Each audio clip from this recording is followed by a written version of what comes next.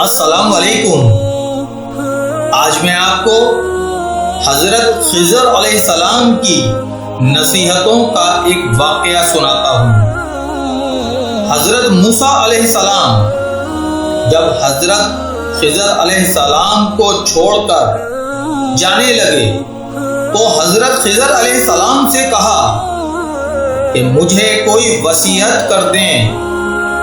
تو حضرت خضر علیہ السلام نے کہا دوسروں کو فائدہ دینے والے ہو جاؤ، کسی کو نقصان نہ دینا، خوش مزاج بنو، سخت مزاج نہ بنو، جو تمہارے سامنے تمہاری تعریف کرے اس سے کنارہ کر لو، کسی ضرورت کی وجہ سے سفر کرو، بغیر کسی وجہ کے شوقیہ سفر نہ کرو۔ میرے دوستوں اور عزیزوں، آپ کو یہ واقعہ جیسا لگا ہو کمنٹ باکس میں لازمی بتائیے گا، اور پسند آیا ہو تو لائک، شیئر اور سبسکرائب لازمی کیجیے گا۔